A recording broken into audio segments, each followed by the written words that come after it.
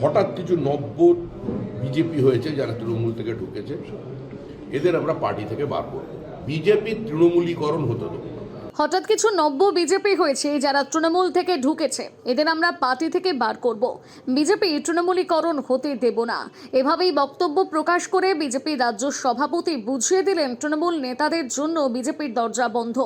রাজ্য জুড়ে অশান্তির ঘটনায় প্রতিক্রিয়া দিতে গিয়ে শ্রমিক ভট্টাচার্য বলেন, বিজেপির পতাকা নিয়ে তৃণমূলের কর্মীরা যদি তৃণমূল কর্মীদের উপর আক্রমণ করে তার দায় বিজেপির নয়।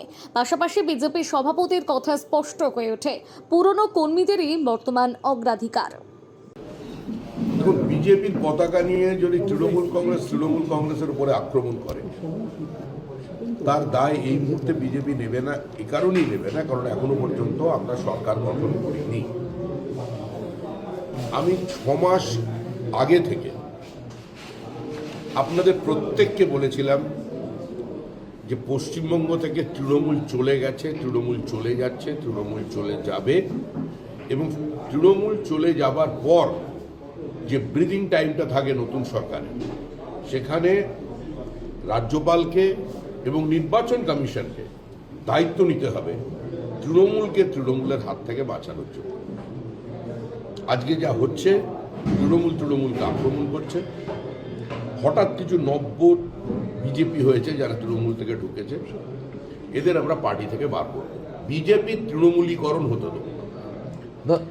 শুনুন, যারা নিজেদের রক্ত ঘাম দিয়ে বিজেপি তৈরি করেছে, 80-90 সাল তারিখ থেকে যখন বিজেপির কিছু ছিল না, তাদের রক্ত দিয়ে বিজেপি তৈরি। এই পার্টির তৃণমূলীকরণ আমরা করতে দেবো না। যার যে হামলা হচ্ছে, দরকার হলে আমি রাস্তায় নামবো, আমি রাস্তায় নেমে প্রতিবাদ করব। আমাদের 2জন কর্মী মারা গেছে, জিতলাম আমরা, মারা গেল 2জন কর্মী আমাদের, এটাও একটা অন্য দিক। এটা যদি উল্টো ফল হতো, আজকে এতক্ষণ পর্যন্ত বিজেপির 200 ছেলে খুন হয়ে যেত, 1000 মহিলা গ্যাংরেপ্ট হয়ে যেত। কিন্তু আমরা কোনো অবস্থাতে হিংসা চাই। আমি কালকেও ডিজিকে বলেছি, সিপিকে বলেছি যে র্যাম্প্যান্ট লাঠিচার্জ করুন। কারা এরা?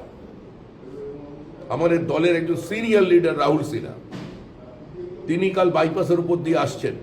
পশ্চিমবঙ্গের এমন কোনো ব্লক নেই যেটা রাহুল সিনহা চেনে না বা আমি চিনি না। রাহুলদা বলছে আমাকে যে শ্রমিক কারা এরা, মোটরসাইকেল চালিয়ে যাচ্ছে, গায়ে গেরুয়া আবির হয়, নির্বাচনের পরে হয়, কিন্তু যে শরীরী ভাষা, যে ভাষা, যে উচ্চারণ, এটা তো আমাদের লোক নয়, এটা সর্বনাশ হয়ে যাবে। আজকে রাজ্যবাসী আমাদের উপর আস্থা রেখেছেন, ভরসা রেখেছেন, আর এইগুলো আমরা চলবে, এটা হবে না। বিজেপির যত বড় নেতাই হোক আর যেই হোক, কেউ এরকম করে তাকে আমরা অ্যারেস্ট করাবো।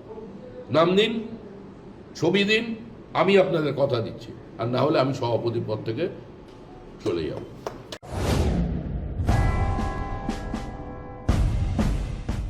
অবাঞ্ছিত লোডশেডিং ও বর্ধিত ইলেকট্রিক বিলের সমস্যায় ভুগছেন? আমরা রয়েছি আপনাদের পাশে। ভারতবর্ষের 1 নম্বর প্রযুক্তির কোম্পানি টাটা পাওয়ার সোলার এবং ইউটিএল সোলারের সঙ্গে আমরা কমিয়ে দিতে পারি 90% পর্যন্ত আপনার ইলেকট্রিসিটি বিল। পাবেন সরকারি ভর্তুকি বা বিনা ভর্তুকিতে অফ গ্রিড, অন গ্রিড বা হাইব্রিড সোলার সিস্টেম। রয়েছে আকর্ষণীয় ফাইন্যান্সের ব্যবস্থা। দেরি না করে আজই যোগাযোগ করুন ইউটিএল কোম্পানির পশ্চিম মেদিনীপুরের অথরাইজড ডিস্ট্রিবিউটর অপটিনেট সোলার সলিউশনস এর সঙ্গে।